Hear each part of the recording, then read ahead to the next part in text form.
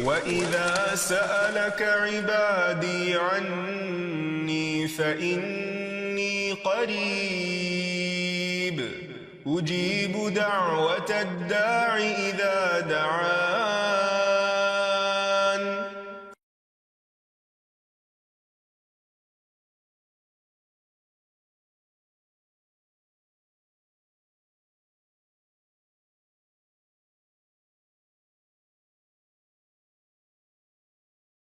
نحمده ونصلي على رسوله الكريم اما بعد فاعوذ بالله من الشيطان الرجيم بسم الله الرحمن الرحيم رب اشرح لي صدري ويسر لي امري واحلل عقدة من لساني يفقهوا قولي. ناظرین، پروگرام دعا کیجئے کے ساتھ ہم آپ کی خدمت میں حاضر ہیں. انشاءاللہ العزیز اس پروگرام میں ہم مختلف مواقع اور مختلف لوگوں کے لیے کی جانے والی دعاؤں کے بارے میں بات کریں گے. آج کے اس ابتدائی پروگرام میں ہم دعا کے آداب اور قبولیت کے مواقع وغیرہ کے موضوع پر بات کریں گے. دعا کیا ہے؟ دعا بندے کی اپنے رب سے التجا ہے، فریاد ہے، اس بات کا اظہار ہے کہ اے رب، میں محتاج ہوں، میں فقیر ہوں، اور تو داتا ہے، تو دینے والا ہے. سارے خزانوں کی کنجیاں تیرے ہاتھ میں ہے، تیرا دروازہ دن رات کھلا رہتا ہے. تو سب کی سنتا ہے، ہر وقت سنتا ہے. تو دل ہی دل میں پکارے جانے والی دعائیں بھی سنتا ہے اور زور سے بولی جانے والی بھی. دعا انسان کی تمناؤں کے لب پر آنے کا نام ہے. جیسے علامہ اقبال نے بہت خوبصورتی سے کہا تھا کہ لب پہ آتی ہے دعا بن کے تمنا میری، کہ میری تمنائیں، میری آرزوئیں، میرے اندر کی خواہشات اور میری ضروریات، ان سب کو پورا کرنے کے لیے اے رب میری کوششیں کافی نہیں. ان کی تکمیل کے لیے میں تیرے سامنے ہاتھ پھیلاتا ہوں اور میں تجھ سے ہی دعا کرتا ہوں. حضرت زکریا علیہ السلام نے بہت خشوع کے ساتھ اور بہت یقین کے ساتھ اپنے رب سے کہا تھا کہ وَلَمْ أَكُمْ بِدُعَائِكَ رَبِّ شَقِيًّا، کہ تجھ سے دعا مانگ کر اے رب میں کبھی بدبخت رہا ہی نہیں، نامراد رہا ہی نہیں. یعنی تو ضرور سنتا ہے، تو میری بھی سنے گا. اسی وجہ سے ہم دیکھتے ہیں کہ وہ ایک طویل عرصے تک اولاد کی محرومی کے باوجود کبھی مایوس نہیں ہوئے، اپنے رب کو پکارتے رہے، مانگتے رہے، حتیٰ کہ ان کی دعا سن لی گئی. کیونکہ دعا کی قبولیت میں یہ بات ہمیشہ یاد رہے کہ اللہ سبحانہ وتعالی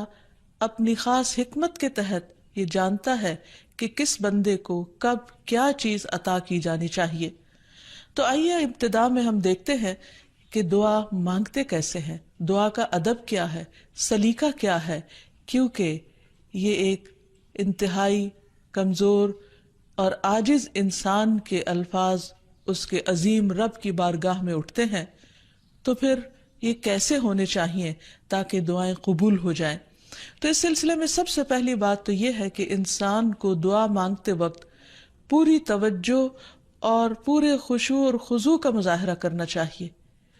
کیونکہ اللہ سبحانہ تعالیٰ غافل دل کی دعا نہیں سنتا. دعا مانگنے کے ادب میں سب سے پہلا ادب، سلیقہ اور کرینہ یہ ہے کہ انسان پورے اخلاص کے ساتھ، پوری توجہ کے ساتھ، شوق اور محبت کے ساتھ اپنے رب سے مانگے، پورے یقین کے ساتھ کہ اس کا رب اس کی دعا ضرور سنے گا. قرآن مجید میں اللہ تعالیٰ فرماتے ہیں وَادْعُوهُ مُخْلِصِينَ لَهُ الدِّينَ، اس سے دعا کرو دین کو اسی کے لیے خالص کرتے ہوئے، یعنی صرف اللہ سے مانگو، کسی اور سے نہیں، کیونکہ سب کو دینے والا دراصل وہی ہے. انبیاء ہوں یا اولیاء کرام ہوں یا بزرگان دین ہوں، سب کے سب اسی کے آگے سجدہ ریز ہوتے ہیں اور اسی کو پکارتے ہیں. نبی صلی اللہ علیہ وسلم صبح سے شام تک ہر موقع پر اپنے رب کو پکارا کرتے تھے، اور وہ تمام دعائیں احادیث کی کتابوں میں ہمیں صحیح سند کے ساتھ ملتی ہیں کہ کس طرح آپ صلی اللہ علیہ وسلم صبح بستر سے اٹھتے وقت اپنے رب کو پکارتے، پھر نماز میں کون کون سی دعائیں مانگتے، پھر اسی طرح کھانا کھانے سے پہلے، کھانا کھانے کے بعد، یہاں تک کہ اگر چھینک آئے تو اس وقت کیا پڑھا جائے، اور اسی طرح رات کو سوتے وقت اور بے شمار مواقع کی دعائیں، اور اس کے علاوہ بھی نبی صلی اللہ علیہ وسلم کی دعائیں بہت ہی خوبصورت انداز میں مختلف کتابوں میں ہمیں ملتی ہیں، جس سے ہمیں دعا مانگنے کا سلیقہ اور ادب پتہ چلتا ہے، کیونکہ نبی صلی اللہ علیہ وسلم اللہ کے محبوب تھے، اور کس طرح اللہ کے محبوب نے اپنی عاجزی اور انکساری کا اظہار اپنے رب کے حضور کیا ہے، وہ ہمارے لیے ایک بہترین نمونہ ہے۔ پھر دعا مانگنے کے ادب میں ایک اہم ترین ادب یہ ہے کہ انسان توجہ سے مانگے۔ حدیث میں آتا ہے کہ اللہ سبحانہ وتعالی غافل دل کی دعا نہیں سنتا، یعنی انسان جب مانگے تو واقعی اس کو یہ معلوم ہو کہ وہ کیا مانگ رہا ہے، اور پھر تضرع اور عاجزی کے ساتھ بار بار اصرار کر کے مانگے، یہ نہ کہے کہ اے رب تو چاہے تو دے دے اور تو نہیں چاہتا تو نہ دے، نہیں، بلکہ پورے یقین کے ساتھ اپنے رب سے مانگے، اور اس بات کا بھی پورا یقین ہونا چاہیے کہ رب دعا سنتا ہے، کیونکہ وہ دیتا ہے۔ رب نہ سوتا ہے، نہ اس کو اونگ آتی ہے، نہ اس کو نیند آتی ہے، اور اس کو دینے کے لیے کسی سے مشورے کی بھی ضرورت نہیں ہوتی، کوئی اس پر جبر نہیں کر سکتا، کسی کا اس پر زور نہیں۔ اس لیے انسان جب اس سے مانگے تو یہ سوچ کے مانگے کہ اس کو دینے میں پورا پورا اختیار ہے، اور وہ میری دعا بھی ضرور سنے گا۔ پھر اسی طرح انسان اپنی عاجزی اور مسکنت کا اظہار کرے، مانگتے وقت انسان اپنے اندر کو بالکل تکبر سے خالی کر لے، اور یہ سمجھے کہ میں ایک انتہائی حقیر چیز ہوں، اور میرا رب عظیم خالق ہے، پوری کائنات کا مالک ہے، اور میں اسی کے آگے ہاتھ پھیلا رہا ہوں، جو میرے اٹھے ہوئے ہاتھوں کو کبھی خالی نہیں لوٹائے گا، اور اس کو دینے سے محبت ہے، وہ دے کر خوش ہوتا ہے، اور دعا کرنے والے سے محبت رکھتا ہے، اور جو دعا نہیں کرتا اللہ تعالیٰ اس سے ناراض ہوتا ہے۔ اللہ سبحانہ وتعالیٰ قرآن مجید میں خود فرماتے ہیں وَقَالَ رَبُّكُمُ ادْعُونِي أَسْتَجِبْ لَكُمْ، تمہارا رب کہتا ہے مجھ سے دعا مانگو، ادعونی استجب لکم، میں تمہاری دعائیں قبول کروں گا۔ اس لیے رب کے وعدے پر یقین کرتے ہوئے ہمیں دعا کرتے رہنا چاہیے۔ پھر اسی طرح یہ ہے کہ دعا میں عاجزی اور انکساری کے ساتھ ساتھ گریہ وزاری بھی ہونی چاہیے، جس طرح نبی صلی اللہ علیہ وسلم بدر کے موقع پر اللہ سبحانہ وتعالیٰ کے حضور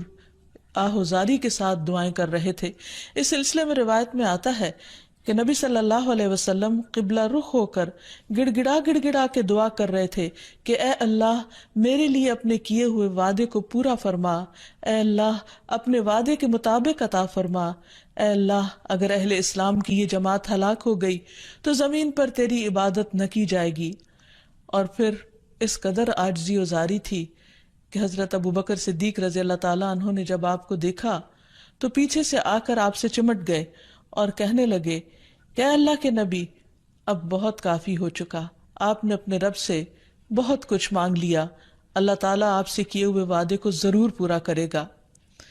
پھر اسی طرح یہ ہے کہ انسان دعا میں تکرار کرے، یہ نہ ہو کہ ایک بار مانگے، دو بار مانگے اور اس کے بعد تھک کر بیٹھ جائے اور یہ کہے کہ میری دعا تو سنی نہیں جاتی، اس لیے دعا مانگنے کا فائدہ نہیں۔ ہم دیکھتے ہیں کہ کس طرح انبیاء علیہ السلام مسلسل دعائیں مانگتے رہے، اصرار کے ساتھ مانگتے رہے۔ اس سلسلے میں ہمیں رسول اللہ صلی اللہ علیہ وسلم کی ایک حدیث سے بھی پتہ چلتا ہے کہ جب اصرار کے ساتھ اور تکرار کے ساتھ انسان دعا کرتا ہے تو اس کا کیا فائدہ ہوتا ہے۔ آپ صلی اللہ علیہ وسلم نے فرمایا جس شخص نے 3 مرتبہ اللہ تعالیٰ سے جنت مانگی، جنت اس کے لیے دعا کرنے لگتی ہے کہ اے اللہ اسے جنت میں داخل کر دے، اور جو شخص 3 مرتبہ دوزخ سے پناہ مانگے تو دوزخ اس کے لیے دعا کرنے لگتی ہے کہ یا رب اس شخص کو دوزخ سے پناہ دے۔ پھر اسی طرح یہ ہے کہ انسان کو چاہیے کہ انسان مانگنے کے انداز میں ہاتھ اٹھا کر اللہ تعالیٰ سے مانگے، کیونکہ اللہ سبحانہ وتعالیٰ بہت حیا والا ہے، بہت کرم فرمانے والا ہے۔ اس کو اس بات سے شرم آتی ہے کہ اس کا کوئی بندہ اس کے آگے ہاتھ پھیلائے اور پھر اللہ تعالیٰ ان ہاتھوں کو خالی لوٹا دے۔ وہ سب سے بڑا بادشاہ ہے، حقیقی بادشاہ، مالک کائنات، سارے خزانوں کا مالک، وہ کبھی بھی اپنے بندے کو خالی ہاتھ نہیں لوٹاتا۔ ہاں یہ ضرور ہے کہ کبھی وہ انسان کو فوراً مل جاتا ہے جو انسان اپنے لیے طلب کرتا ہے، اور کبھی ایسا ہوتا ہے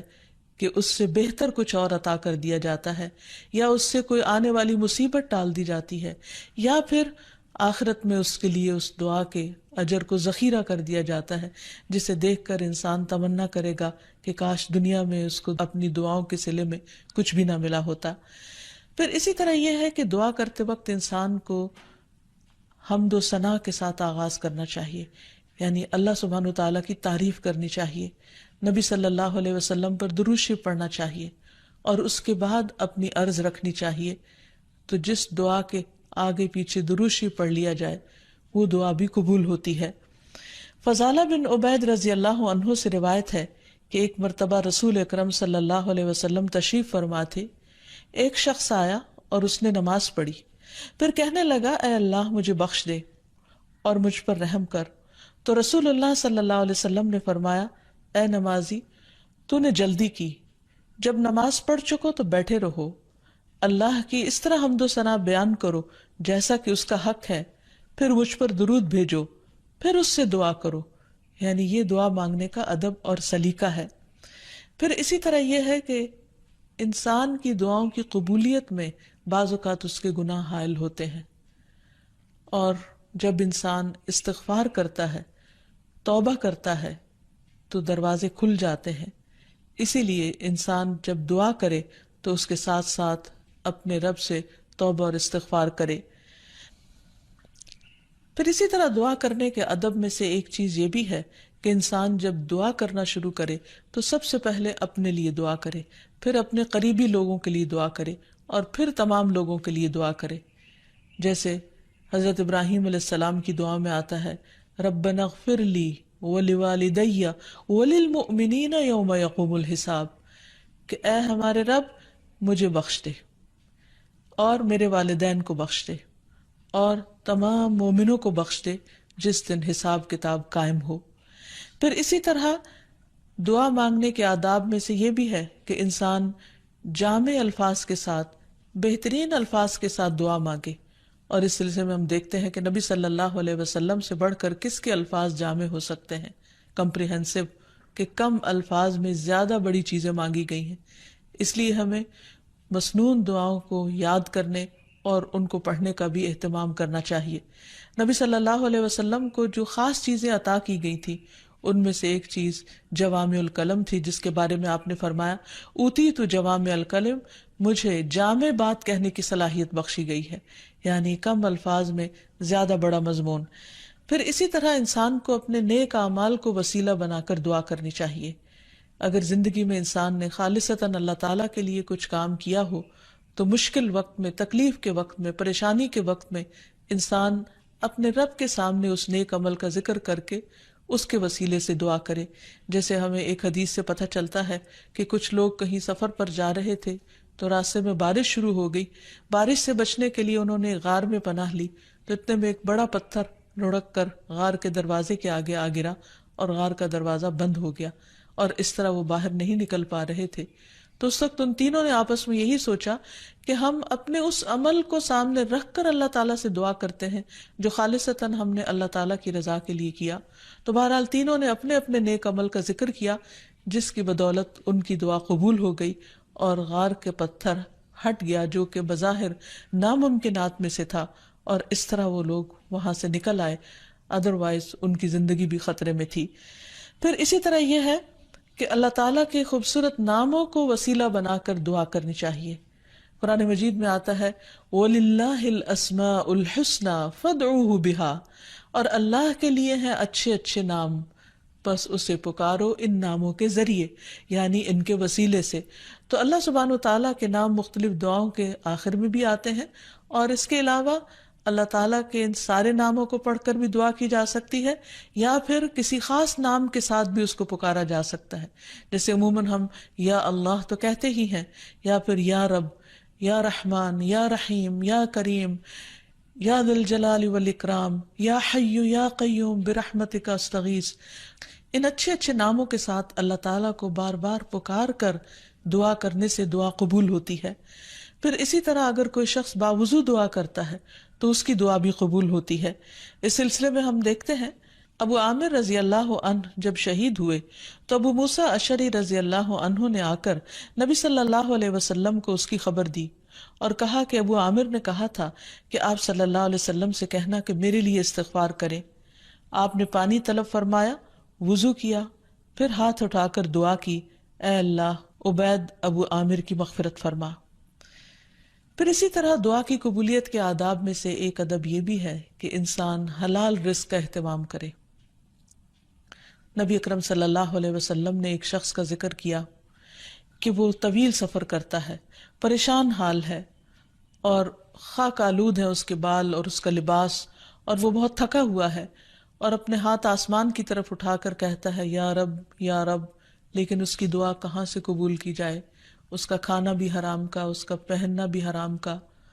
اور وہ حرام پر ہی پرورش پایا، تو اس کی دعا کہاں سے قبول ہو؟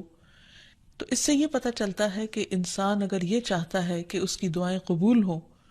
تو وہ اپنے کھانے پینے اور اپنے لباس اور اپنی زندگی میں بھرپور طریقے سے حلال کا اہتمام کرے۔ پھر اسی طرح یہ ہے کہ دعا میں تصنع اور تکلف سے پرہیز کرنا چاہیے۔ اس سلسلے میں ایک حدیث میں آتا ہے، ابن عباس فرماتے ہیں کہ دعا میں قافیہ بندی سے پرہیز کرتے رہنا، کیونکہ میں نے رسول اللہ صلی اللہ علیہ وسلم اور آپ کے صحابہ کو دیکھا ہے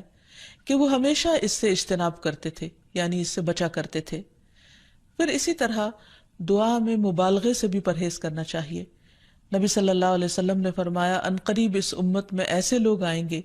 جو طہارت اور دعا میں مبالغہ کریں گے، یعنی حد سے زیادہ لمبی دعائیں کریں گے، کیونکہ دعا اس وقت تک انسان کو کرنی چاہیے جب تک اس کا خشوع و خضوع قائم رہے اور واقعی وہ اللہ سے دعا کر رہا ہو۔ لیکن صرف لمبی دعا اس لیے کہ شاید بہت زیادہ لمبی دعا کرنے سے زیادہ قبولیت ہوگی، تو اصل چیز کوالٹی ہے۔ بعض اوقات انسان صرف ایک جملہ بولتا ہے لیکن اتنے درد کے ساتھ، اتنے احساس کے ساتھ، اتنی شدت کے ساتھ کہ وہی کافی ہو جاتا ہے۔ جیسے یونس علیہ السلام نے مچھلی کے پیٹ میں پکارا تھا، لا الہ الا انت سبحانک انی کنت من الظالمین، کہ لا الہ الا انت، نہیں کوئی الہ مگر تو ہی، سبحانک تو پاک ہے، انی کنت من الظالمین بے شک میں ظالموں میں سے ہوں، میں گناہ گاروں میں سے ہوں۔ تو ان کی دعا فوراً سن لی گئی، قبول کر لی گئی۔ پھر اسی طرح کچھ اوقات اور مقامات ایسے ہیں کہ جہاں انسان کی دعا قبول ہوتی ہے، مثلاً رات کے آخری حصے میں دعائیں بہت قبول ہوتی ہیں۔ حدیث میں آتا ہے رسول اللہ صلی اللہ علیہ وسلم نے فرمایا ہمارا رب تبارک و تعالی ہر رات کو اس وقت آسمان دنیا پر آتا ہے جب رات کا آخری تہائی حصہ رہ جاتا ہے، وہ کہتا ہے کوئی مجھ سے دعا کرنے والا ہے کہ میں اس کی دعا قبول کر لوں؟ کوئی مجھ سے مانگنے والا ہے کہ میں اسے عطا کر دوں؟ کوئی مجھ سے بخشش طلب کرنے والا ہے کہ میں اسے بخش دوں؟ یعنی اگر کوئی اس وقت مجھ سے دعا کرے گا تو میں ضرور اس کی دعا قبول کر لوں گا۔ لیکن عموماً رات کے آخری حصے میں انسان گہری نیند میں چلا جاتا ہے اور یہ قبولیت کا وقت اس سے کھو جاتا ہے۔ تو اس خصوصی طور پر اگر انسان کی زندگی میں کوئی پریشانی ہو یا کچھ چیزوں کے بارے میں وہ واقعی سنجیدہ ہو کہ وہ اسے ملنی چاہیے دنیا اور آخرت کی کامیابیوں میں سے، بھلائیوں اور خیر میں سے، تو اس کو چاہیے کہ اس وقت میں دعا کا اہتمام کرے۔ نبی صلی اللہ علیہ وسلم نے یہ بھی فرمایا کہ تمام اوقات سے زیادہ بندہ پچھلی رات میں اپنے رب کے قریب ہوتا ہے، پس اگر تم سے ہو سکے تو تم اس گھڑی میں اللہ کو یاد کرنے والوں میں سے بن جاؤ تو ضرور بن جاؤ۔ پھر اسی طرح آذان کے بعد اور اقامت سے پہلے دعا قبول ہوتی ہے، یعنی مؤذن جب آذان دے رہا ہو تو جو الفاظ وہ دہرا رہا ہو ان کو دہراتے جانا چاہیے، سوائے حی علی الصلاح اور حی علی الفلاح کے، کہ اس کے جواب میں لا حول ولا قوت الا باللہ پڑھنا چاہیے۔ اور جب مؤذن آذان کہہ چکے تو آذان کے بعد کی دعا پڑھ کے، درود شریف پڑھ کر، جو بھی انسان کے دل میں حاجت ہو وہ اپنے رب کے سامنے رکھے، تو وہ دعا کے قبولیت کا وقت ہوتا ہے۔ اس وقت آسمان کے دروازے کھلتے ہیں، تو اس وقت انسان کو یہ وقت ضائع نہیں کرنا چاہیے اور چھوٹی چھوٹی چیزیں بھی اپنے رب سے مانگتے چلے جانا چاہیے تاکہ انسان کسی انسان کا محتاج نہ ہو۔ پھر اسی طرح سجدہ میں انسان اپنے رب کے بہت قریب ہوتا ہے، اس وقت دعائیں خوب سنی جاتی ہیں، تو خوب انسان کو پکارنا چاہیے۔ فرض نماز کے بعد دعا قبول ہوتی ہے، تو فرض نماز کے بعد آیت الکرسی پڑھنا اور دعا مانگنا انسان کے فائدے میں ہے، بجائے اس کے کہ انسان فوراً مصلی سے اٹھ جائے یا ادھر ادھر کی باتیں شروع کر دے۔ پھر اسی طرح جمعے کے دن ایک خاص گھڑی ہوتی ہے جس میں انسان کی دعا قبول ہوتی ہے، اور اس کے بارے میں ایک روایت میں آتا ہے کہ وہ جمعے کے دن کی آخری گھڑی ہوتی ہے۔ تو بہرحال جمعے کے دن خصوصی طور پر دعاؤں کے مانگنے کا اہتمام کرنا چاہیے۔ پھر اسی طرح ماہ رمضان میں ہر دن اور رات میں ایک گھڑی ایسی ہوتی ہے کہ جس میں دعا قبول ہوتی ہے، اس وقت بھی زیادہ سے زیادہ دعائیں مانگنی چاہیے۔ عرفہ کے دن اللہ سبحانہ و تعالیٰ سب سے زیادہ لوگوں کو جہنم کی آگ سے آزاد کرتا ہے، تو اس دن وہاں کے لوگ جو حج پر گئے ہیں وہ تو دعائیں مانگتے ہی ہیں، اور جو لوگ نہیں بھی جا سکے وہ بھی اس دن کی برکت سے فائدہ اٹھاتے ہوئے خوب خوب دعائیں کریں۔ پھر اسی طرح بارش ہوتے وقت بھی دعا قبول ہوتی ہے، پھر زمزم پیتے وقت دعائیں قبول ہوتی ہیں، قرآن مجید کی تلاوت کے بعد دعا قبول ہوتی ہے، تو انسان کو ان مواقع سے خوب خوب فائدہ اٹھانا چاہیے۔ پھر اسی طرح مریض اور میت کے پاس جو دعائیں کی جاتی ہیں وہ بھی قبول ہوتی ہیں۔ اور آخر میں یہ کہ رسول اللہ صلی اللہ علیہ وسلم نے بعض ایسے کلمات بتائے ہیں کہ جن کے ساتھ اگر اللہ تعالیٰ کو پکارا جائے تو انسان کی دعا قبول ہوتی ہے، اور وہ ہیں اللهم إني أسألك يا الله الأحد الصمد الذي لم يلد ولم يولد ولم يكن له كفوا أحد أن تغفر لي ذنوبي إنك أنت الغفور الرحيم۔ اے اللہ، بے شک میں تجھ سے سوال کرتا ہوں، اے اللہ جو اکیلا ہے، بے نیاز ہے، ایسی ذات ہے جس نے کسی کو جنم نہیں دیا اور نہ ہی وہ جنم دیا گیا اور نہ ہی اس کا کوئی ہمسر ہے، یہ کہ تو میرے لیے میرے گناہوں کو بخش دے، بے شک تو بہت بخشنے والا نہایت مہربان ہے۔ تو نبی صلی اللہ علیہ وسلم نے اس شخص کے بارے میں جو یہ دعا پڑھ رہا تھا، آپ نے 3 بار فرمایا کہ اس کو بخش دیا گیا، اس کو بخش دیا گیا، اس کو بخش دیا گیا، کیونکہ اس نے اللہ سبحانہ و تعالیٰ کی ان صفات کے ساتھ، ان ناموں کے ساتھ اللہ تعالیٰ سے دعا کی تھی۔ تو اللہ تعالیٰ سے دعا ہے کہ وہ ہماری دعاؤں کو بھی سن لے اور ہمیں قبولیت کے اوقات سے بھرپور فائدہ اٹھانے کی توفیق دے، اور ہمیں دعائیں مانگنے کے آداب سکھا دے۔ وآخر دعوانا ان الحمد للہ رب العالمین۔